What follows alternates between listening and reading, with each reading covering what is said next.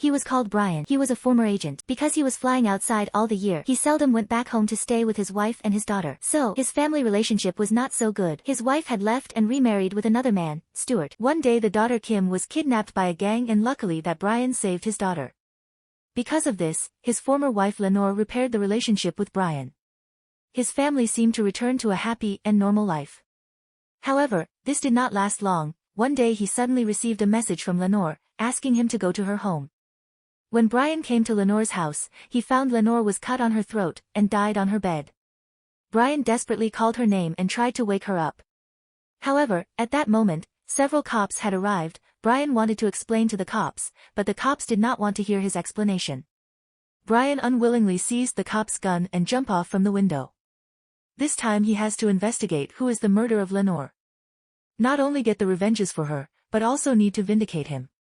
He ran quickly to escape from the pursuit of the cops. Finally he ran into a car park and then he jumped into the sewer under the car park.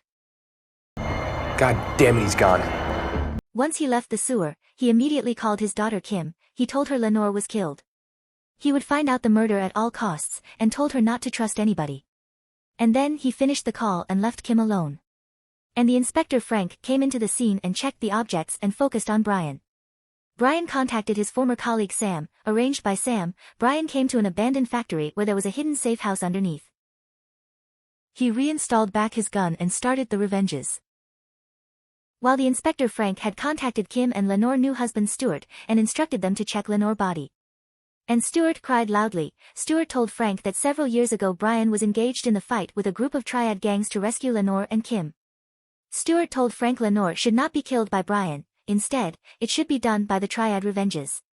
Frank sent him back to home and thought of the next action. But he didn't know that Brian had come to the hospital to meet Lenore's body and collected her hairs and collected the navigation data stored in Lenore's car. And Brian found before Lenore died, she had come to a gas station in the remote farm. Next day Brian went to the gas station. He disguised himself as a cop to ask the counter staff that did they meet Lenore before. The staff told him no impression. Brian could only check the CCTV, however, the cops also arrived. Finally, Brian found in the CCTV there was a man who had a star tattoo on his hand had kidnapped Lenore. At the same time, he was arrested by the cops. Just keep your hands where we can see them. Stay perfectly still. And the cops told Frank they had caught Brian and, on the way back. Frank heard and immediately ordered the cops to stop the car and waited for the backup. But Brian had already opened the handcuffs and attacked the drivers and another cop, and threw out the cop and then ordered the driver kept on driving. Other cops drove nearby. Brian pressed the pedal and drove flying over the highway to another side. It turned into a serious car accident. After Brian escaped from the spot, he kicked away the cop drivers and took his mobile and drove away. Frank sent out the helicopter and lots of police cars to surround him, and Brian was collecting the Lenore data from the police car and he drove to a car park to gain more time. Brian surrounded by the police car at the top.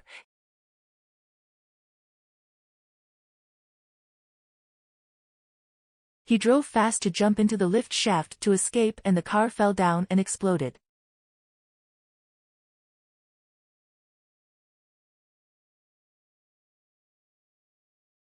Frank received Brian's call, told him he was innocent. Brian told Frank to give him 2 days to investigate. But Frank did not accept and wanted to arrest him. Brian went back to the safe house and gave the data cope to Sam to check any information. Next day Lenore's ceremony held and Brian could not attend, only stayed in the safe house. Sam had told Kim Brian's condition, and Kim was checked by a crowd of police all the day. But Brian had left a receipt in the drink in the convenience store that Kim always to go. She followed the receipt instruction to drink and went to an assigned location's toilet. Once Kim went into the toilet, Brian was there. They had a quick chat. Once Lenore died, Stuart had hired lots of bodyguards. Kim was curious. On the other hand, Frank had found the drink with the receipt and he immediately followed to go to that location. Brian heard they were coming. He quickly said goodbye to Kim and left. But Frank had found him during escape. Brian threw a grenade into a storeroom to trigger the fire system. And all the people in the school escaped and Brian escaped. Frank asked Kim to cooperate with him, and Kim said Brian was innocent, and then passed the microphone that Brian gave to Frank. while Stuart received a call, and he immediately brought a full bag of cash and drove to a remote house in the outskirt. Brian followed him to the house to investigate, but on the way, Brian discovered a black car following him. And the black car crashed to Brian's car and collided his car into the cliff. The killers saw the car exploded and thought Brian was dead and left away. While Brian robbed another car, and followed the killer's car to chase them. And he followed the car to a convenience store. Brian fought all the killers into the ground.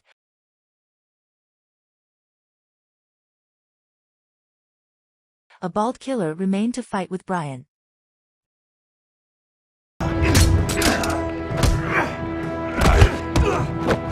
Brian finally caught the bald killer and asked him who is the boss behind. But the killer suicided and didn't say any words. But he found all the killers had a star tattoo. Brian drove the killer's car to the house, and the guard opened for him. Once Brian got into the house, he knocked out Stuart. Brian brought him into a small house nearby sea, and covered Stuart with a cloth and poured the water onto his face. Stuart finally spoke out. He lent lots of money from a Russian triad gang when running business. And Stuart could not return back the money, and the Russian boss Oleg killed Lenore to force him to return the money. But Stuart felt Lenore recently stayed close to Brian and he thought he was betrayed by Lenore, so he didn't speak out to the police. And Stuart told the Russian gang's Oleg Brian's name. And he told Oleg Brian will revenge. Stuart begged for release, and Brian considered Kim and ordered him to go for revenge together. While Brian went with his former colleague to go as well, and they picked up Kim as well. Brian disguised as Stuart get into the Russian gang's building. Brian killed the entrance guard, led to other killers' attraction. Many killers ran out and Brian killed them all.